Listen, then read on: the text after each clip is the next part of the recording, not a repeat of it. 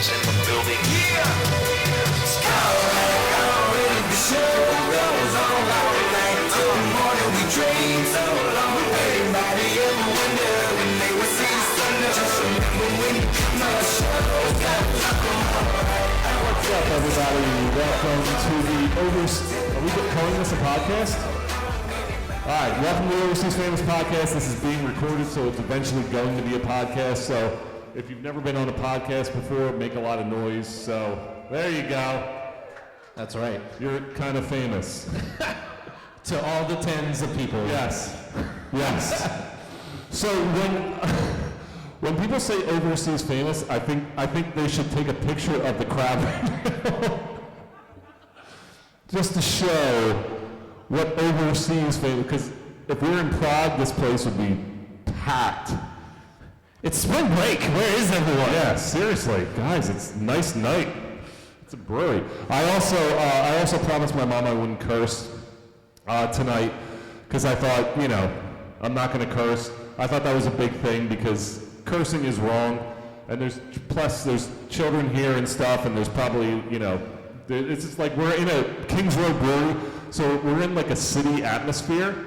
There's like a very downtown feeling, so there's like a kid probably hanging out his window like the Bronx Tale, just listening to every word we're saying, so I'm not going to curse for my mom's sake tonight. It's gonna be hard. Your mom, when she walked in here, brother, I got a little upset because they don't have hard alcohol, and we did shots at the last one. Oh. That was a good time, Ms. Owens. It was a good time, so I'm a little disappointed about it. I will say, there's been like 4 or 5 times already since we started the show that I almost cursed, so we're off to a good start. Listen, we're gonna try. We're gonna try tonight. Less editing from me. Yes. All right. So a little bit about who we are. We are Overseas Famous. We're a podcast for overseas athletes. Why we're doing this in Haddonfield, New Jersey? No clue. Almost cursed again.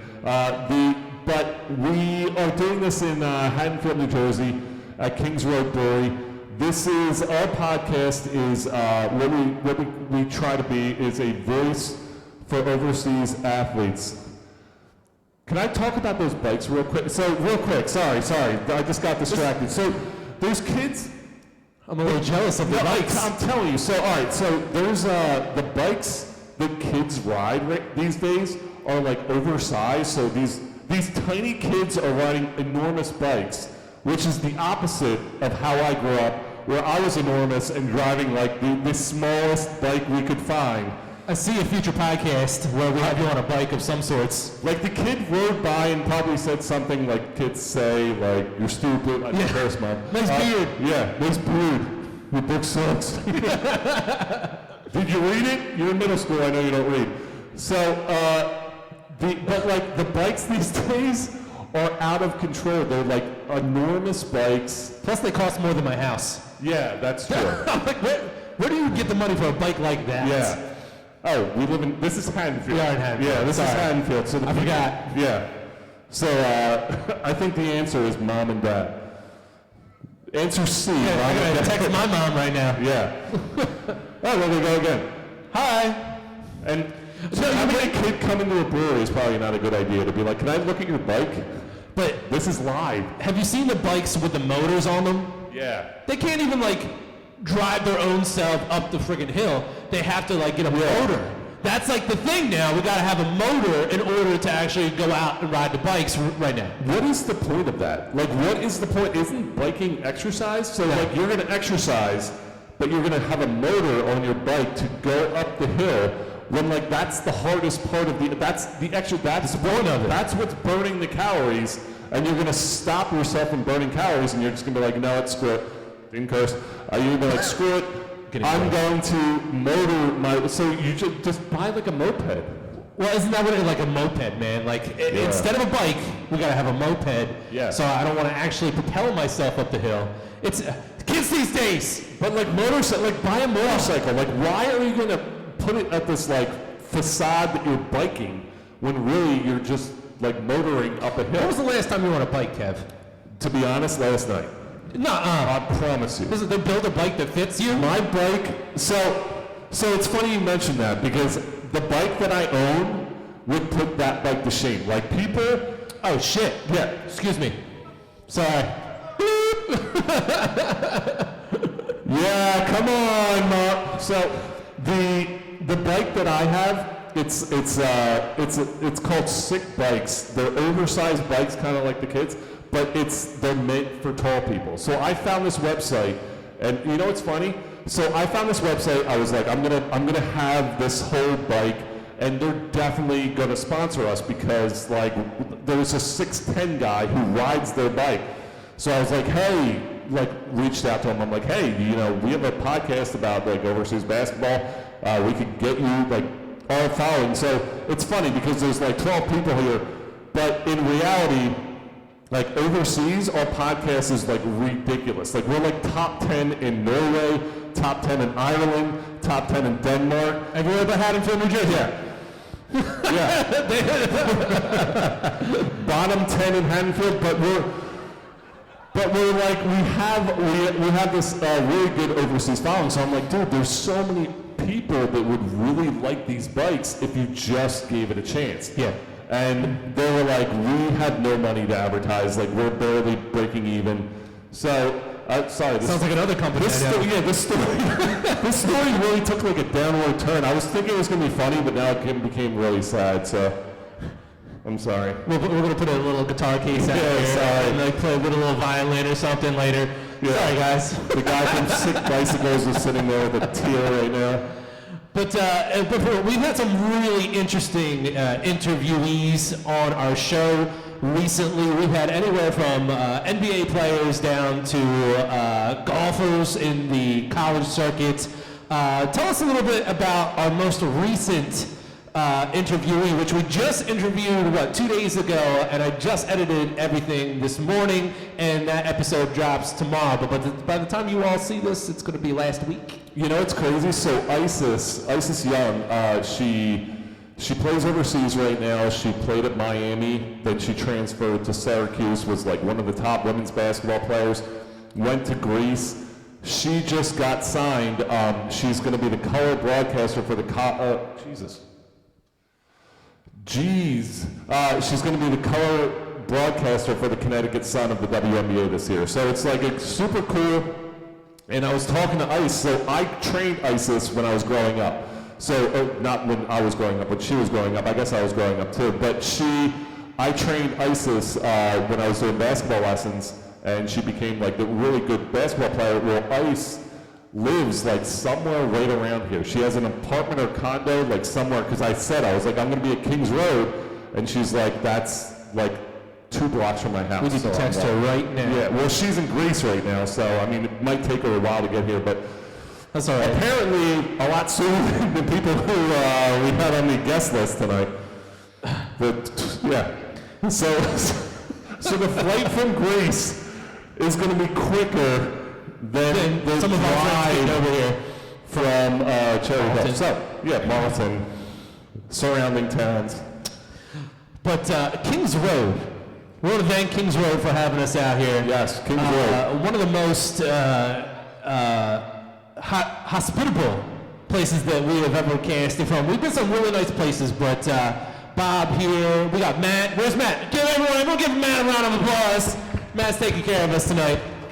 Everyone here has been just so awesome to have us. They brought us out, it's small businesses helping small businesses. Yeah, I think when we came in here, so I grew up in Barrington, and so I drove through Haddonfield all the time, and I was like always in this area. And Haddonfield is a dry town, which for people overseas, that means they don't serve alcohol, think prohibition. So it's a dry town, so when they open this brewery, because they have a brewery license, they're able to sell alcohol. So I was like, what a steal. So like it's the only place that sells alcohol in Haddonfield. And there's a distillery going over, because when I got my hair cut today, There's a distillery? yeah. That's there's- my area, man. Yeah, there's a distillery going on. I So like that. there's a winery too, Heritage Winery. There's also a cigar shop. shop. I love how we're, like I said, #1 in Denmark, Norway. So like we're promoting, we're like, hey guys, come to Haddonfield, New Jersey. when you're in America. Someday. Yeah. Because when you eventually get here post-COVID, who knows? You'll never be here. But anyway, so what we are is a advocate for overseas athletes, and I think that's the biggest thing, is we are someone who's going to advocate and become a voice for overseas athletes. And the way I describe it is when you're an overseas athlete, because the thing that I experience the most is you are, Jesus Christ, when you're like Homer Simpson, the meme of like Homer Simpson disappearing into the bushes. Like you're famous here, like I went to Monmouth, we went to the NCAA tournament, people knew who I was, it was a great life, and then I like faded away like Homer into the bushes, and all of a sudden people were like, oh. So the whole thing is like, you're overseas, like, oh, you went overseas, and it's just a general term that people are just, everyone's like, oh, okay, they're playing in another country. But they don't know the whole entire situation with it. So what we've come out to do is become the voice for overseas athletes. Show them that, hey, this is your story, Americans, this is their story. And I think that's going to help them post-career, because that's the thing that sucks the most, stinks the most. Well, you can't say sucks? What could... The stuff that I've heard Yeah. recently. 5 minutes before we started. But, whatever is... But the overseas athlete, I just think it's... providing that voice is so important, because when you retire, there's nothing for you. And it sucks because most agents have like all of this stuff for them, and it's like, hey, if you're an NBA player, you have all this, you have this name. When you're an overseas athlete, you come back to America and you've been gone, and it's like what I compare to like military. Like you come back and you've been gone 15 years, and suddenly you're like, now what? So we at Overseas Famous are here to be the now what? Like, Well, tell us a little bit about the new program that you started as far as like mentorship of other overseas athletes. So what we've done, as I'm checking my phone, what we've done is we have a subscription service where we charge overseas athletes, but we become a connector to bigger things. So people, there's like so much stuff with overseas athletes that you don't understand. Like the one thing that was crazy was when I was overseas, I would be playing. The team would cover me insurance-wise. I would fly back home, and my insurance would be gone, like done. So I would be like sitting there going, should I do stuff, or will I hurt myself because I don't currently have insurance? Because they don't want to cover you. No, because as soon as your season's over, like you're gone, Right. The team says no. So what we've done is we're connecting athletes with people who are in the insurance industry to be like, hey, can you provide coverage for this person? And things like that. So we are an advocate. We're helping. We're mentoring overseas athletes. That's Plus, we have several podcasts at this point. we have like 13 podcasts. John, we just sent John folders. He's like, I lose everything. poop, I'll fix it. I'll do it. I have to ask the rest of the staff, where did you put this overlay? Where did you put this audio? And they get really annoyed with me, so I apologize to our other staff. Michaela, shout out to our girl Michaela out there, as well as Matt, who couldn't be here tonight with us. By the way, Rest in how peace. busy is Passarelli's? Passarellos. Passarellas or Passarellis? I Passarellos. don't want to get it right for the people in Norway. Yeah. Passarellis. All right, so Passarellis. We are next to a pizza place. Passarellos. Get it All right. right, sorry. Passarellos. There are like 37 delivery drivers driving in and out of Passarellos. Passarellos! They hear us over there. I see the back of it. Maybe there's some pizza over this way. I'm starving, by the way. The guy was in the back. I was trying to see what is happening behind me. So, Passarellos is super busy. But yeah, that's what we do. That's what we are. And we're psyched that you guys all came out to drink with us tonight and have a good time. Oh, is that the sander? Nice. We got a belt sander, ladies and Yeah, we gentlemen. have a belt sander. The most exciting part of the Yes. evening. The belt sander is here. What are you doing with the belt sander anyway? What don't you do with a belt sander is the question. We had a lot of work to do at the house, Kev. You got the honey-do list. Yeah, there's How much have you actually done? I think is the real question. I do a shit ton. Like a crap ton. So I changed a light bulb the other night. I Yeah. felt like Superman. I do a crap ton. So I feel like my spring break, like it's weird because when you think about spring break, you're like, when you're in a normal work week and you're like, okay, it's Monday, Tuesday, you're like, get to Wednesday and you're like, poop, I can't believe it's only Wednesday. And then now I'm like, poop, it's already Wednesday. See how painful this is, folks? I'm so sorry to our normal fan base who's like, this is the worst episode ever. Why is he not Sometimes cursing? half the fun is just listening to us profanely curse. I promise. I honestly, the children over there were like, They looked at you. Who's that I was monster? like, I looked at the kids and I was like, There's a giant in the corner, mommy and daddy. I will also say earlier, like kids are running around the front yard and like Forgot About Dre is playing in my garage hell as I'm yeah. working out. But I'm listening to The Glamp lyrics knows. and like there's like 9-year-olds and 8-year-olds running around and I'm like, this is like really No. bad. As coming from the resident DJ, you are culturing the neighborhood. Okay, good. You're culturing the neighborhood. Listen, I just didn't want to get into a whole thing where I was like, like there was kids back there. I didn't want to curse. I was joking about my mom fuck because like, it's just like I felt bad, but at the same time, like when the children were there, I felt worse. We're culturing them. Yeah, It's okay. yeah, seriously. What beers do you have this All afternoon? right, this evening, Kev? again, Let's talk about our beer. a huge thank you to Kings Road. And Matt. Matt, what was this one? Straight Fire. Straight Fire is, as the kids say, straight fire. How we doing, folks? Your dog is very cool. We're trying to draw on some foot traffic Yeah, we're here. just yelling at people. They said no, they ran the other way. Sorry. Walk faster, honey. Exactly what he People with the said. microphones are talking to us. They're insulting our dog. They'll be back. But yeah, this Kings Road, what was it called? Straight Fire. Straight Fire is very good. What are you drinking, John? I had, this is the Fuzzy Navel, which is not as fuzzy as you would normally think a Fuzzy Navel would be. It normally would be very sweet. What is a fuzzy? Peach. Oh, When you yeah, think of that's peach, right? Yeah. But it's very hoppy. And it's the first beer I've really ever ordered that I actually am into the hops. Really? I don't know, man. Like, I'm starting to get a taste for beer, my friends. But like I said, you and your mom, like, we normally do the shots when we have these. So I'm a little disappointed tonight. Sorry. I'm sorry. Yeah. We'll have to figure out another way to get my mom drunk. Kevin's mom drunk.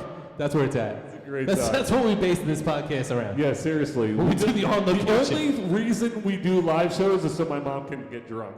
It's like the only Your reason. dad teased me. He was like, well, he like started to like reach in his pocket like he had a flask. And then I got super upset when he said he was just joking. Well done, Pap.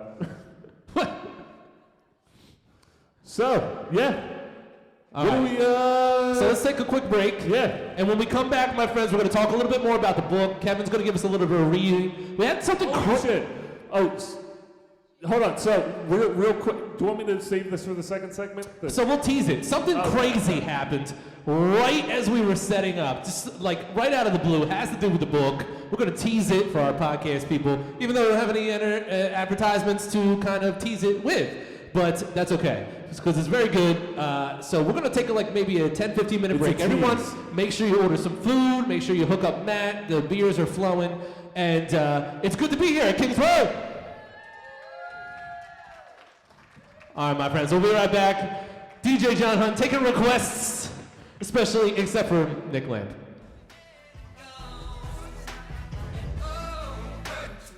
All right, ladies and gentlemen, we are back. So it looks like everyone's actually had some dinner, man. Woo! Some good food happening out there. Pastorello's, British Chip Shop across the street. I got a little garlic in my mouth, but it's good. It's always a good thing. It was definitely, dinner came real quick. I feel like the drinking started and dinner came real quick. Every single table has food on it right now. People are, it's a really good thing. Anyway. Well, we're here to talk about the book and do a little. I saw you were doing some book signings. I saw you sold a couple books just a few minutes ago. And so, Kevin, tell us a little bit about the book. Tell us, before we left for our break, we teased a little bit something that happened while we were setting up. It was crazy. I can't speak to it, but you can. All right, so this shit is actually crazy. So in the book, I told a story about the girl I went to a sophomore cotillion with. She was a senior, I was a sophomore. Yeah.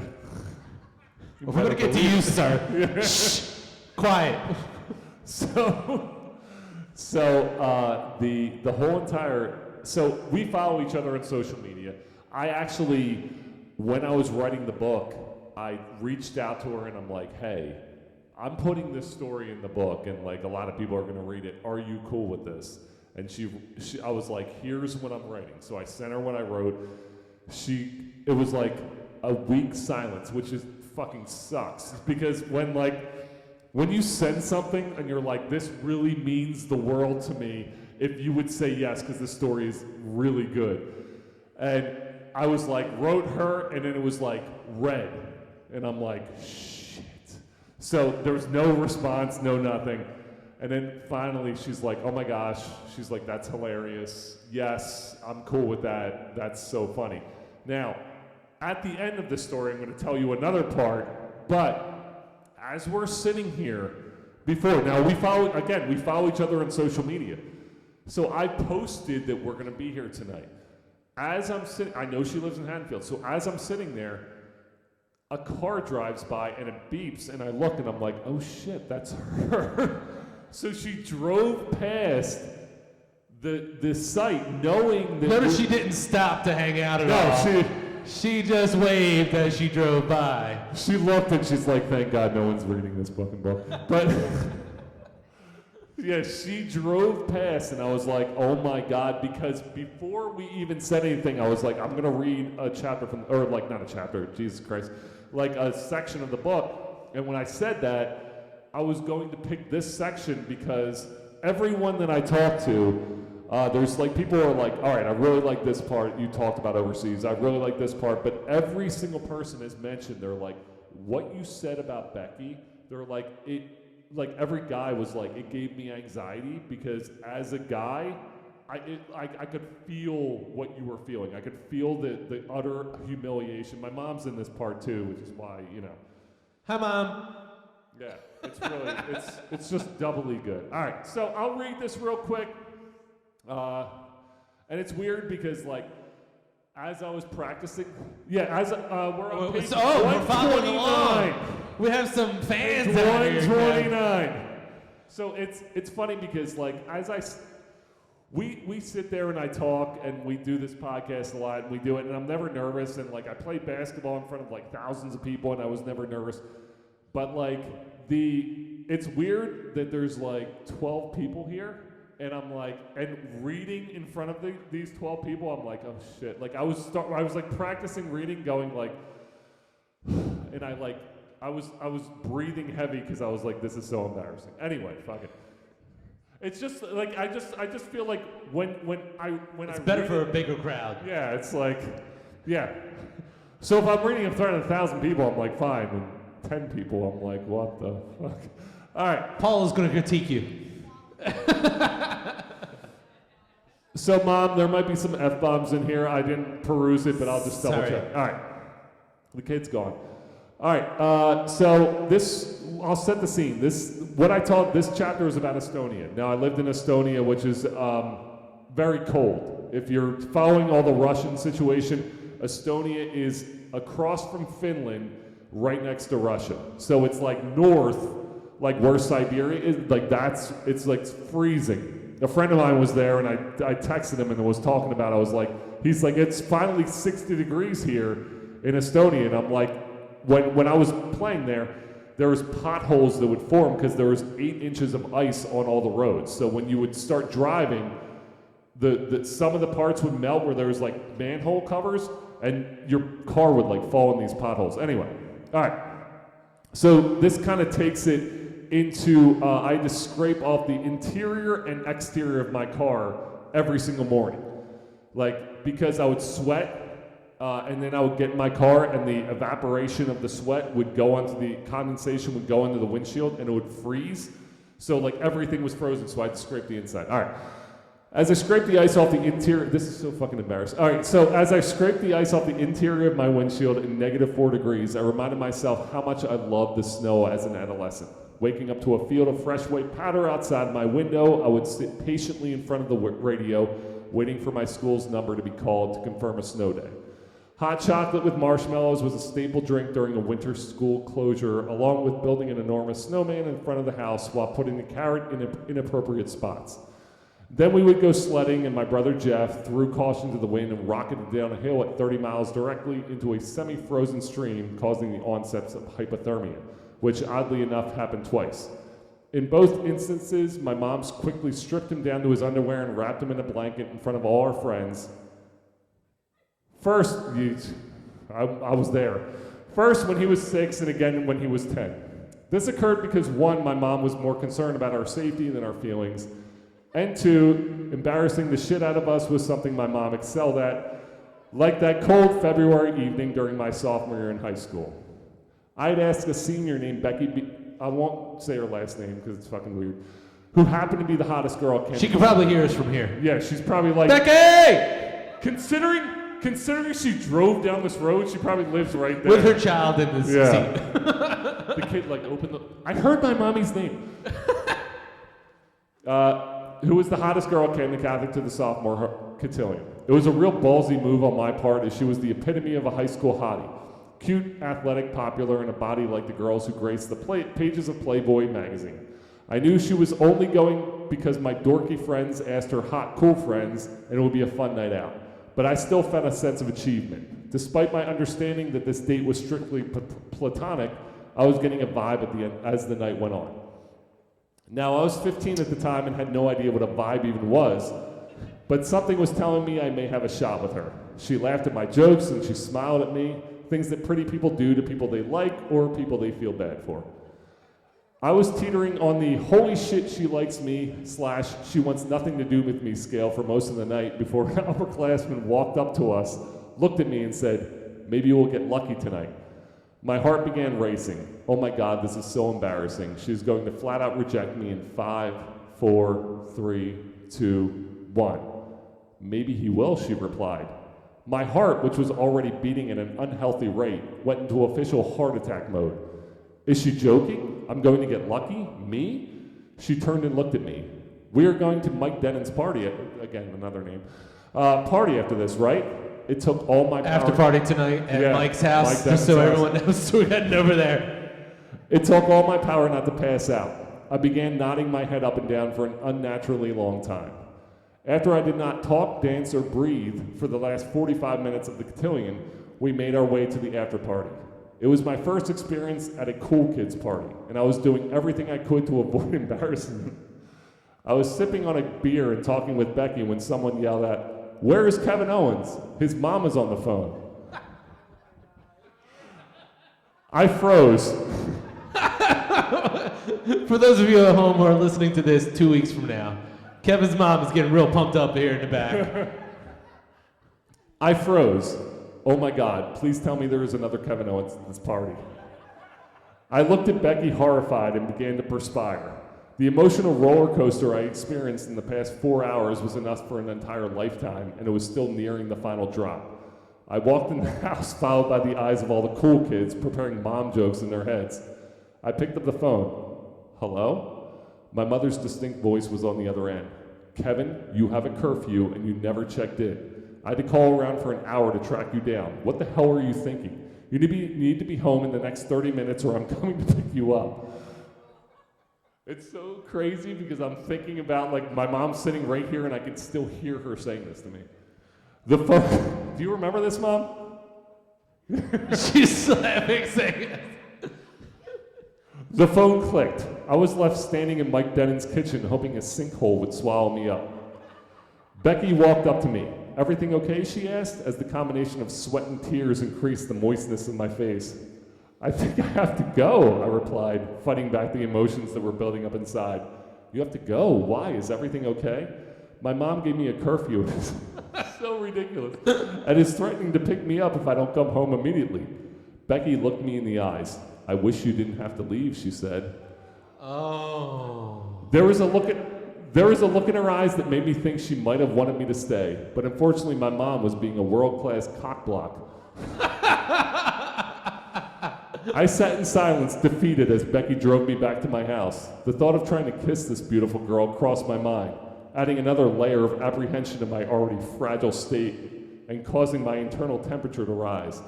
To add another element of embarrassment, as my body heat rose, I began sweating profusely. It was hands down the most pressure-filled situation I've ever experienced, and I was blowing it. I had been staring straight ahead, trying not to cry for most of the drive. I swear to God, like when I read this, so I'm not fucking egotistical. Like, trust me, if you know me, I have no ego. In fact, I'm like the opposite. I'm like no confidence in myself. When I read this and was laughing at myself, I was like, all right, I have something here, because this is fucking funny. As soon as you call your mom a cockblock, I think that any publisher is going to come a-running. I'd been staring straight ahead, trying not to cry for most of the drive, while the window condensation slowly surrounded me like an eerie fog.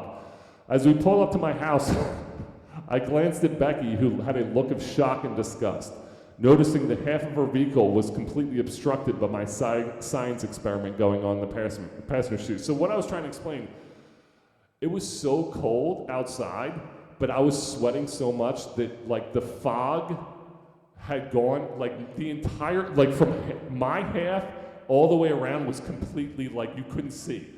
And her half was like fine. Was it like Titanic? Yeah, like, yes. It was like Titanic. Never let go, Jack. Yeah. But that was not what was going on in the car. It was me almost not crying. But like trying not to cry. But like I'm sitting there and I remember her look, and I'm like looking at everything going on like, oh my God, stop sweating. And I'm just like sitting there like, please stop sweating. And then I look at her and she looks at me and I saw her face. I'm like, oh fuck. Like it was just this face of complete disgust, like you fucking dork. Been there. Yeah. Trying an awkward kiss at this point was outside any realm of possibility, as my embarrassment was at an unhealthy high, and the eventual rejection would have been life-altering. I looked up at her, panicked, and said something along the lines of, "Thank you for being my date." Hopped out, quickly walked up the icy driveway. I walked up to the door and realized the extent of how poorly my body reacted to the intense situation I just endured. My shirt, which started off white, was now clear. So that's a little extra. I think we all can relate, Kev. So, I'm talking to you, Nick Lamp. Mom. Could have been a night of my life. The crowd's getting really into this. They're like, wait. So what happened? I like this debate that's going on right now between me and my mom of like, Mom, but like it's weird because as a parent, I'm shaking because that was like so nerve-wracking. If I was sitting in a car right now and it was cold, I'd be sweating my ass off. But but it's funny because as a parent, you know, parents, like, you don't give a shit about like what their happiness. Like, you care so much. You're like, I need you to get home safely, idiot. Don't have sex with Becky in Mike Dennon's house. And I'm like, Mike's. But like 1 hour from now. But as a kid, you're just sitting there like, but I don't want to get home safely. I just want to have sex with Becky. So it's wild that she actually drove past. Ladies and gentlemen, can we raise a glass to Becky? Everyone just sort of cheers to Becky. Becky! Cheers to Becky. Yes. She just drove by again. Yeah. She was checking on you. Paula knows. No. So no, she had no idea. But like it was like as I wrote it, as my mom can attest, it was very, very like how how I described it, it was like very true. Like there was like signals, and I'm an idiot, so I don't know what signals are. But when she was like saying things, I'm like, there's no way. Like, there's no way this girl, because she was like super But now looking pretty. back as a 30-plus-year-old Yeah, man. Now I'm like, hold on. She definitely, 30 Hold on. plus. Once When I upon a wrote the time. book, I was 30 plus, ass. 41 now. No, you're 41? Bullshit. I promise you. Cheers to you, brother. Cheers to you. 42? I'm gonna be 42 in a few weeks. Look like a spry 38. Speaking of birthdays, Oh! Do you have any happy birthday music? Nick, no. Ah. We're not playing that game. But we do have to give a shout out to our boy Nick Lamb. Everyone give a round of applause. Nick Lamb's birthday. Nick's 27. For all the eligible Haddonfield bachelorettes. Or Norwegian. Where are you at? Or Norwegian. That's right. We get more traction in Norway. Come on over. We'll fly you over. We'll have you on the show. And Top 5 in Norway. Listen, Nick Lamp is sitting in front of me. if you like mountain men Oh, he is definitely a mountain man. who milk goats, and they do some, what is it called when you mess around with bees? Beekeeping? Beehiving? No, there's like a super like fancy name for it. Botany? No. Apiary. Thank you. Oh, See, apiary. he knows. Ladies in Norway, if you're into the apiary type, my man. He is a mountain man. I would definitely, 100%. Plus, he brought the sander tonight, so I can sand my worthless metal pole that's for some reasons needs to be sanded.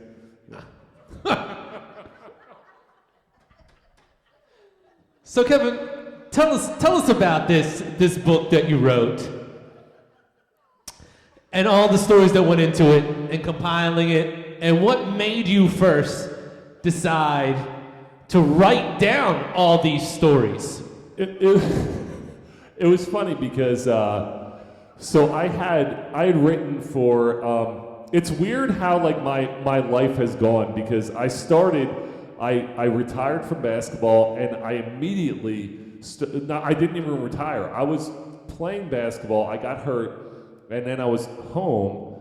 I went to New Zealand, kind of rehabbed and got like a little better, and then I was home for like 6 months waiting for a job. Now everyone I know was going and playing, so I wrote a blog called Waiting for Godunk, for like the Waiting for Godot, Waiting for Godot spin-off, because Waiting for Godot is about I got two people sitting on this bench waiting for like someone who's going to arrive who never arrives, and that's what I kind of took for Waiting for Godunk.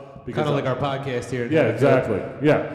So like I was waiting and nothing was happening. So it's funny because a guy I know was like, here, come on my site and tell your story. I was like, okay. So I started telling my story on his site, and then Slam Magazine picked me up, and I was like writing for Slam Magazine, and I was so stupid, and like my ego was so big at the time that I was like, how freaking dumb are you to think that like Slam Magazine, this world-class magazine, that I'm sitting there like dicking around and being like, like whatever, I have like bigger things to do. So it was frustrating, but that's when it started. So I wrote all these different blogs about playing overseas, and I had them all. And my computer, like my laptop that I used, which was like a Dell fucking, God only knows, like 1 maybe. Yeah, so it was like I opened it, and I got it, and I was looking at it, and I remember I like looked at this file, and I was like, holy shit, all these stories were here, and I was like, I talked to my brother, I was like, I should turn these into a book. So I took all of them, and I was like, all right, I'm gonna put these into a book, and I just started going, and it looked like shit at first. Chris, who just walked in, I sent it to him. What's up, Chris? I sent it to him, and like he's like, there's really good here, but it's like, it's just a bunch of stories. Like you need to put it into a thing. So like Chris was like one of the original people who read it and was like, here's what you need to do, and like kind of got me on the right track, and it became like what it is, where people actually enjoy it as opposed to the slop that it was going to be if I didn't. Very true. Meanwhile, we show it to one of our other producers, and she's like blushing. She's like, I can't believe like I just read the introductory or the prologue. How many She's people? like, How many people have read the introduction to my book? It's yeah. Oh, and then Paulette, my sister. So what? Yeah. Yes. So wait, do we have to tone it down? so no. What? I didn't know that. As one of Kevin's producers. So Chris saw it at like the rudimentary. It wasn't even chapters. It was just like a bunch of fucking stories. And then I wrote it like how I wanted to write it, and I gave it to Paulette, and Paulette read it, and she's like, we sat there at the pool. We were sitting there at the pool, and it's my sister, and she's like, some of the things you're saying are like real raunchy. And she's like, you need to take this out because like people are gonna be like offended. But yes. They were, and so let me just, if you haven't read it yet, the book starts, I went to an exposure camp to get exposure to play overseas basketball. And when I went to that exposure camp, I didn't check into my hotel, and I ended up checking into my hotel and going into the room at like 10 o'clock at night, which was stupid. I opened the key card and I walked into like a straight up orgy, like legit orgy. I'm like, open the door and I'm like, holy shit. And I just stood there. So like I like described it in too much detail.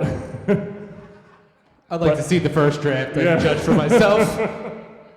So I walked in and there was like, it was wild because it was a straight up orgy. Like I walked in and I didn't know, like no one ever gives you a guide on how to walk into an orgy that you're not part of to be like, how do I, Step one. yeah, like what, yeah, step one, get the fuck out. Like, so I was like, I kind of like walked in and I was so shocked that it was going on that I like dropped my bag and I was like just watching for probably too long of a time for them to be uncomfortable. Did you take your phone out? No, like I didn't have a phone at the time. This was like 2003. I was like just like watching. We just called it. Sorry, there's people walking by. I want to make sure we're people. It's like so crazy because we're like in Kings Road's gonna call us and be like, "You lost us business." Yeah. Like, stop it. As there so like. Yeah, well, like Kings Road is like a very small, like there's like an alleyway, and people are like going all over the place. So And Kevin's like, "This orgy I went to one time." So I was at this orgy, but yeah, Becky. yeah. So it was yeah, but like no one, yeah, it was very uncomfortable, and I remember. Like even as we talk about it now, I remember it so clearly, not like in a perverted way, but in like that was Everyone in the room just went, "Oh no."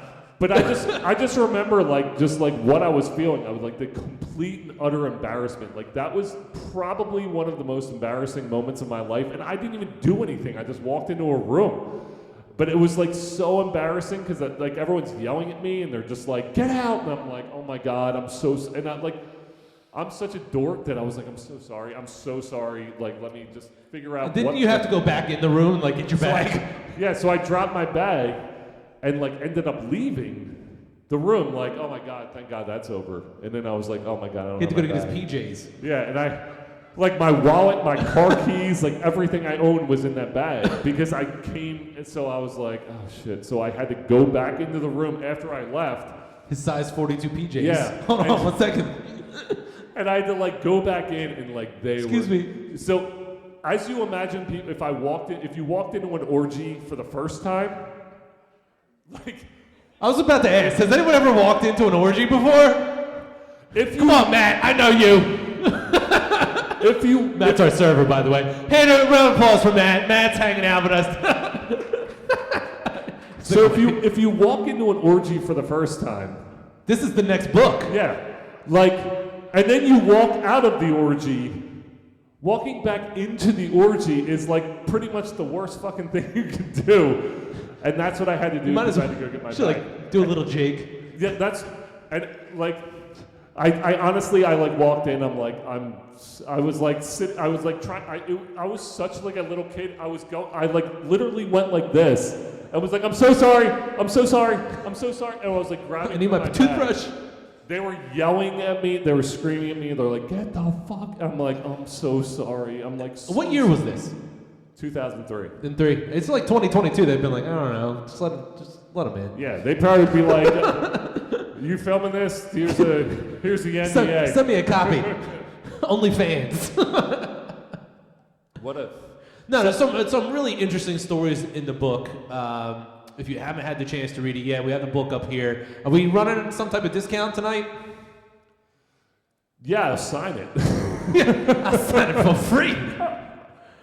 There's always one of my favorite stories that you have. I think it's in the book. Is the one where you interviewed someone and they were overseas and they were in a country that was.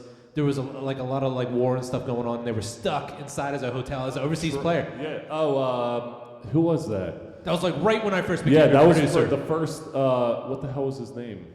So he was. Yeah. Sorry. He definitely subscribes to our pod. So fuck. But he was in Syria when Syria got overthrown. Or Libya. It's Libya. Libya. It was Libya. It was yeah. Libya. So was it Gaddafi? Nick, Yes. you're history. Okay, so 100%. Gaddafi, he was there when Gaddafi got overthrown. So he's playing basketball. Gaddafi gets overthrown. He's like, I can't go to practice now. So he stays, and he was like, had to stay in his room for like a week with no food, no water, and he was like, the water was shut off. He like poured, he was like trying to get like whatever drips and put it into a pot so he can drink. And then like he was calling people and they're like, we can't get you out. Like, so he was like nearly starving to death, dying of thirst. And they had to like, he had to like leave and like run through the streets of like a war. And you mentioned that he put on his practice gear like of the team Yes. that he was actually on, hoping that they would see that he's just some basketball player, not some 6'11" like combatant, right? And running through the streets trying to get to the airport. That was nuts. That's one story that I'll never forget. Yeah, that was we crazy. told. So those are like those are the kind of stories that we tell on the podcast. Like we try to tell the overseas stories because it's like wild. Like people think like, oh, what's overseas basketball? Like that's why I wrote the book, because it's wild. Like there's so much shit in here that you're like, I can't believe that happened to you. Like the Becky Bean thing, I told that it has nothing to do with overseas basketball, but I think it's like everyone I talked to was like, this is like shows the emotion of like what a dork would go through in that situation.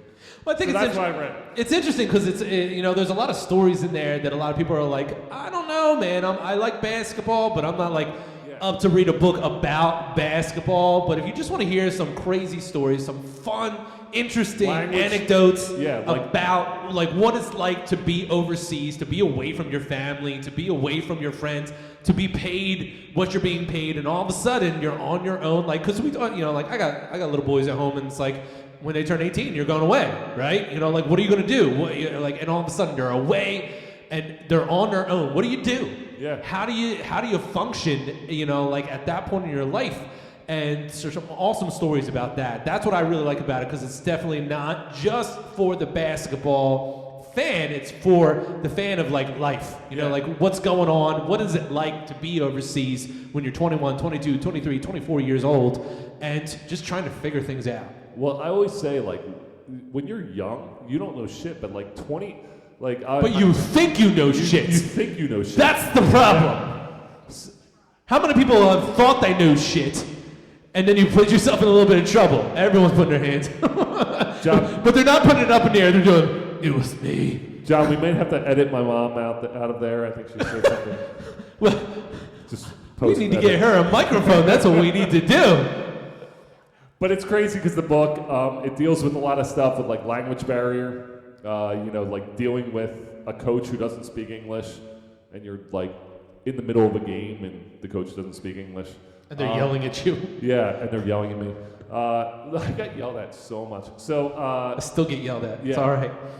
But like, there's just so many things that people don't think about when you think about overseas basketball. And like, the crazy thing that I always say is that the thing, and my mom can attest to this, like I would be home and legit I would get a call, they'd be like, you're coming to Australia, here's your contract, sign it, and I'd sign it, my agent would send it over, I'd sign it, and then like 2 days later I was flying out. So I'm like, you're living your life like completely fine. Everything's like, hey, we're hanging out at Kings Road Brewery, everything's good. And then 2 days later you're in another country and like you didn't have any idea that anything was happening. And I think that's like the crazy thing is overseas athletes, you have to be ready to go and like change your entire life like so quickly that it makes your head spin. And I think like when you look at it, when you hear it, you're like, okay, but if you were living it, it's like tough. Like most people have like a few months and be like, oh, I'm leaving at this date. It's like,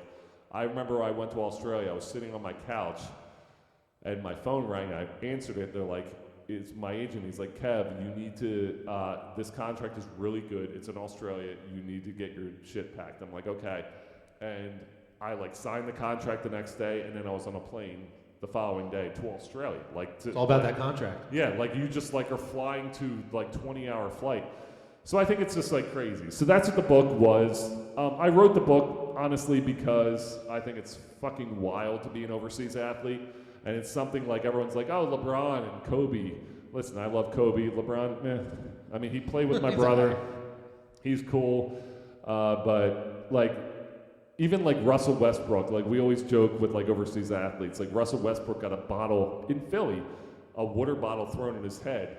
And he was like, what the, like, freaking out, and you're like, dude, like I played in Kosovo and people were throwing flares at me, and which is in the book as well. So like there's like so much shit that like you don't understand. Like when you're overseas, like people are just throwing shit at you. That's like normal. They actually hate you. Yeah. They're like you're like, oh, here we go. Like water bottles are flying on the court, and you're like, miss me. So like it's not like the same thing, but being an overseas athlete, that's why I wrote the book, just to show that like overseas athletes have this crazy life. It's fun, it's awesome, it's funny, and that was the whole point of the book. That's right, my friends. If you're interested in learning a little bit more about the book, reach out to us. We're selling the book tonight. How about a round of applause, guys? We're going to come back in about like maybe 10, 15 minutes. We're going to get a little update on the Sixers game as they battle with, who are they battling? Toronto. It's not looking so good right now. I just checked. Down 6? All right. Last time I checked, they were down like 10, 15. Down 9. All right. So we're still in it. We're going to come back in a few minutes. We'll close this thing out, guys. Thanks for hanging out with us tonight at Kings Road Brewery. Trouble ain't nothing but a G-thing, baby. Too low depth, so get over crazy.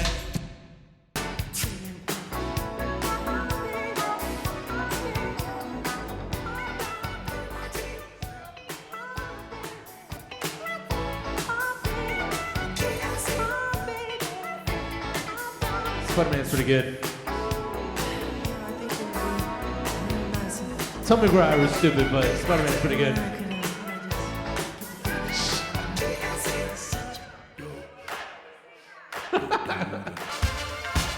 Spider-Man was up. Spider-Man's like number 3.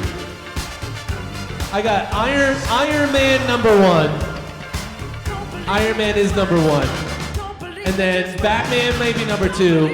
Spider-Man could be 3. I like the superhero podcast idea. Nick Lamb creeping. What if we just start a podcast and we're just like, all right, we're doing things way different things. Best superhero, that's the only topic. Yeah. People will be like, oh my god. Overseas, they'll be like, fuck this.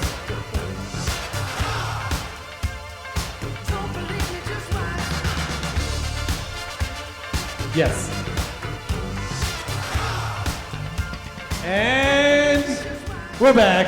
Oh! You walked into the superhero debate. Who was the best superhero? So John and I were just laughing, thinking if we one day just hopped on a podcast thinking that people were like, oh, overseas famous podcast, they're going to be talking to someone overseas. And all we did was debate who's the best superhero the entire time. Would it be better rated it would definitely like our rank, like Mike was saying, like our rankings in America would skyrocket. Yeah. Our rankings, like all the top 10s that we have across the country or the world, would be like, what the fuck is this? What did you do? Yeah. I don't care. What are you, fucking Spider-Man? I don't care. What? I do have a good story. When I was in college, I had to drive for the International Trumpet Convention. And so it was at Rowan, when I was at Rowan, and they were like, you're going to be the driver. And me and my two buddies. And so we drove back and forth to the airport. All these like international, like famously classical trumpet players and stuff like that. Well, this crazy group that got super famous just playing in a bar. They were the headliners, Manozil Brass. And they came over here and they were just like bros.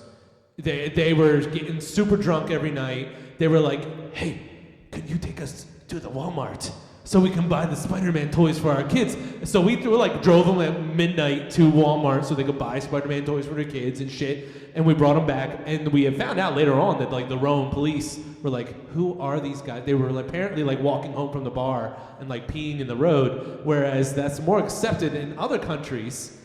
Like Haddonfield?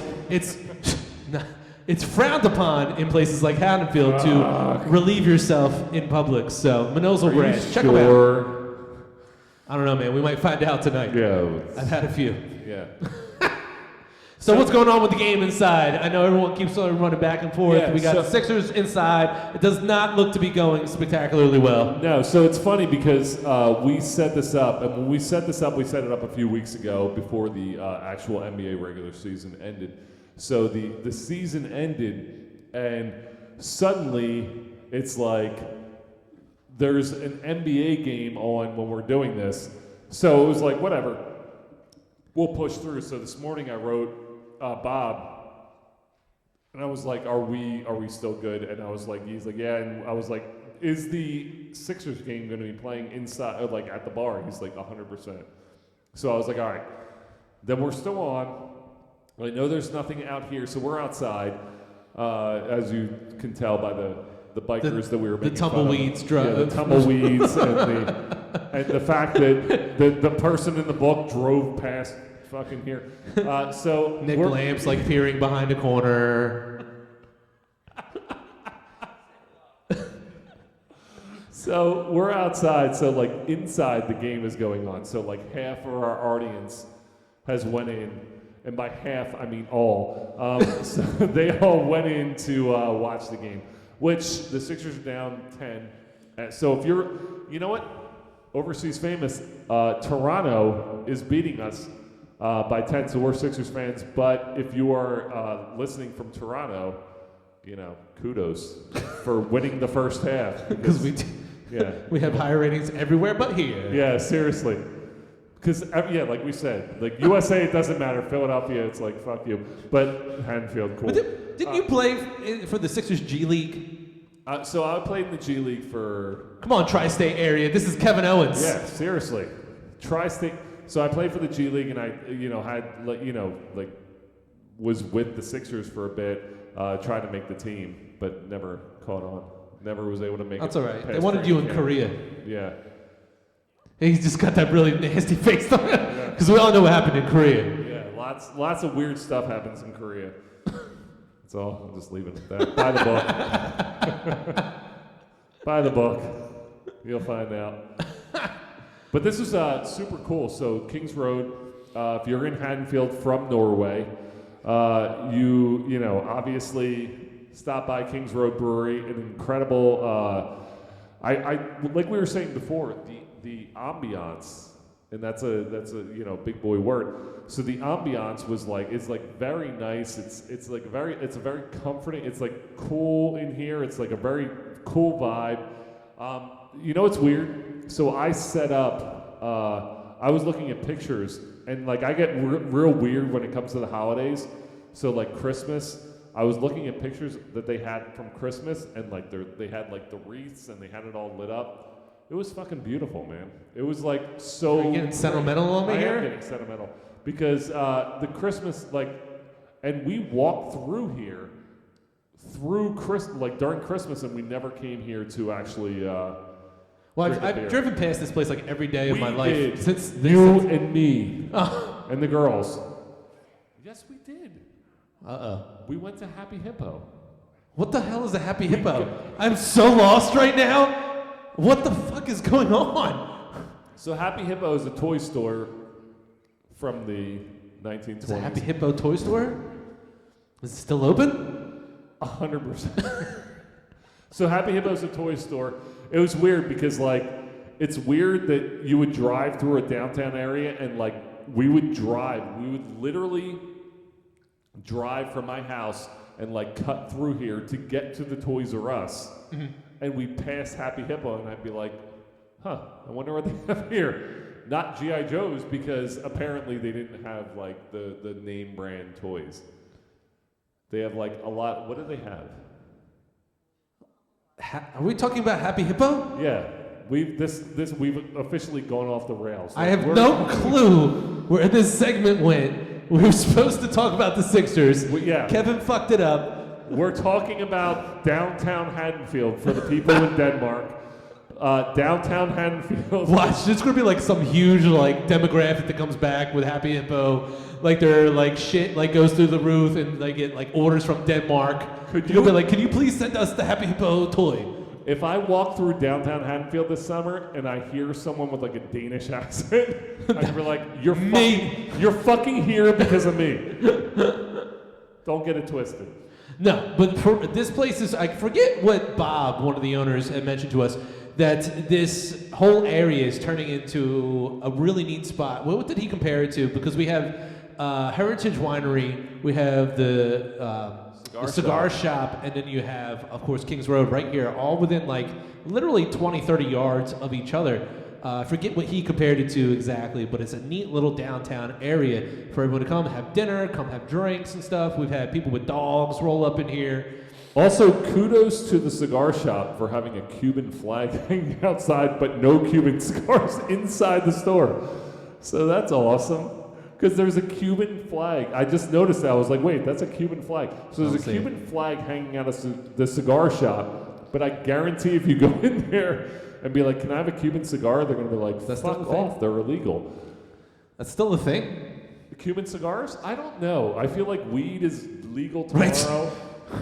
Yeah, right? for all of it, for what really counts.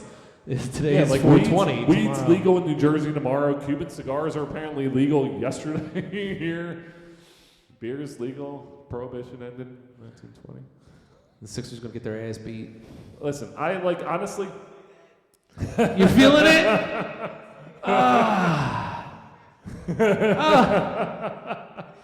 The crowd's getting on us for being getting down. All right, well, stay positive. Here's... Trying to be positive. I will say this, whoa. They're not going to win in 4. No, so if they lose this game, they're in Toronto tonight. They're back to, there goes the bikes again. Hi, guys. Bikes.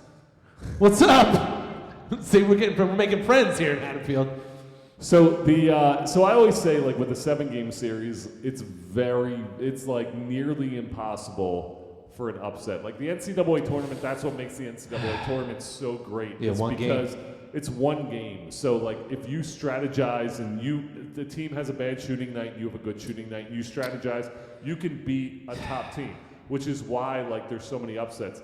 In the NBA, it's it's 7 games. That's what it meant. So that the better team does win. The better team wins. Even even football. Do you think the 2000 the Eagles when they won the Super Bowl? Do you think they were better than the Patriots? Probably not. But they played. But they played better that night. Night. So it's in sports like that, you can play better for one game. But when there's a series like baseball. I was gonna say, basketball. I'm a baseball guy, so it is all about the law of averages. Yeah, eventually, and baseball's even tough because you have a different pitcher. So you your expect to pitching lose. Staff, You're your pitching staff sucks for a straight, and you just lose the momentum. Basketball's different. You have those same 5 guys who you're putting out there. If they're better than the other 5, or those 12 are better, 15 are better than the other 15, you're gonna win. Unless you have a shitty bench. Correct, but I think the Sixers right? are... So how long can you sustain that as the resident basketball player? How long can you sustain playing these 7-game series when your bench, when you have to rest your starting 5 to play? What they say, Joel Embiid already played more than he's ever had in an entire... That's the police. They're like, you guys are too fucking loud. Yeah. But... Stop cursing. Oh my God, they're actually coming. Are they really coming down the street? I saw the lights. That would have been awesome. They must have seen the Cuban... It's not the first time I've had the police called on me for DJing and doing They're shit. like, there's a Cuban flag up here in a cigar shop. This has to be illegal. we heard about this. Yeah. But isn't this the most basketball Joel Embiid has ever played this year? 100%. But that So if you get into the second round, yeah, but you're that an doesn't MVP mean player. That doesn't mean that Joel is I honestly get into it too. Like I watch the games and I'm like, fuck. Like every time like even the other day he fell like 3 times, and then the elbow thing, I'm like, oh, we're done. Like it's like every single time it's like he's gonna get hurt. I'm like, we're done. So I do think that. I just think if you're 15, or even if you're 5 or better than their 5, which the Sixers are much better in a 7-game series, like that's why I'm like, all right, like if they lose this game, who cares? We're already moving on. And then I think the Heat, I think we're better than. Yeah. When we talk about the Nets and the Bucks, not so much, but you know. That'll be a series. But how are the Sixers going to be playing after 2 series where they're playing Joel Embiid and he's playing like balls to the wall? There's no more like regular season where he can like sit back on a game and lose. Who cares? But right? if we win in 5, so the Sixers win in 5. Let's say that they lose tonight and they win the next two. They win in 5. The Heat and the Hawks. I think the Hawks are going to win 1 at home. I think that's going to go to 6. So they're playing. So you're saying it's the same thing for them I as think it is they're for us. going to be dealing with the same thing. But I think the biggest advantage we have is when we get out of that shitstorm, we have the Nets, Celtics, and Bucks will be playing in like 7-game series. They will be playing a 7-game series. Each one will be a 7-game series. And then they're going to be playing like 4, 5, 6, 7 games more than we are. So we'll have a chance. Harden will have a chance to kind of like rest up a little bit. Yeah. Get some rest. I don't know, man. It's I guess it's that Philly like apprehension. Negativity. Yeah. Right. You're just like I'm just waiting for the other shoe to drop. You know. It is interesting to see that. Like, do you think I write this down actually in my show notes in the fact that do you think that they came together when Harden got traded? They played balls to the wall for like 5 games and were like, we got it. And then they were like, for the last like 7 or 8 games, they were like, all right, just relax. 100%. Like so. The thing that people like, and I always say like, because when you play a long season, like the G League season is 48 games, and you're playing this like we used to play the same team. We played the same team one time 5 games in a row. Yeah. Like fucking Fayetteville again. Like we played Fayetteville 2 games, then we played them at our place 2 games, then we went to their place or played them in like some tournament for the other game. So we played them 5 times in a row, and it's like in a row. So there's some. So you're telling me some games you're like, the team is just like let them have this one. When you play 82 games, like at some like that's why we were talking about the Phillies earlier, and you're kind of like, all right, like it's April, it's early, because there's so many games. So when you play 82 games, I feel like it's like whatever. Like at some point, you're kind of like the Harden and Embiid are going to be like. It was so crazy. It's been a roller coaster the last month and a half or so since the Harden trade because they came and they played the first 5 games, and everyone was like, holy shit. This is gonna be the best ever. And then they were like, wait, is Harden done? Is he done? Like, is he gonna play well? What's gonna happen? And then all of a sudden, the playoffs start. And I know they didn't have like phenomenal last 2 games, but it seems like almost they're playing back to the level where they were when he was first traded. Well, like no one cares about the end of the season, especially players. Like all you're doing is if you're guaranteed a playoff spot. Yeah. Like I know you don't think seeding mattered. Yeah, you're like kind of like, all right, I need to rest my body. I need to take some time off. Right. You're not like balls to the wall, like diving for loose balls because you're like I have like because. Right. If you don't win a championship, no one cares. Do you think this is the matchup that they were looking for? Yeah. They were like, all right, we're good with the Raptors. And I also think even with the what was it, the Thibault can't play, right? Yeah. I also talked to my buddy Chris, like there's some shady shit going on. Like I feel like there was some like losses that they could have won. They're like, whatever. Yeah. Like I think that Doc had some shady shit going on. He's like, whatever. Doc's got the back alley deal. Yeah. Well, listen, we know all the Major League Sports teams are a little bit like that. You know, like, all right, well, we could do a little bit better if this team and this team get to this level. But I don't know. So you're saying Sixers in 5? Sixers in 4.